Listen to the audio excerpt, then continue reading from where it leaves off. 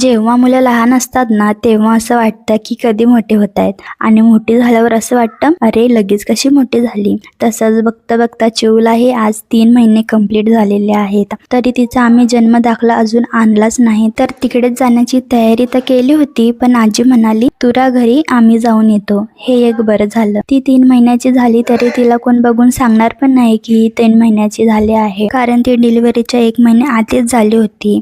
आणि आज Valentine day सुद्धा आहे.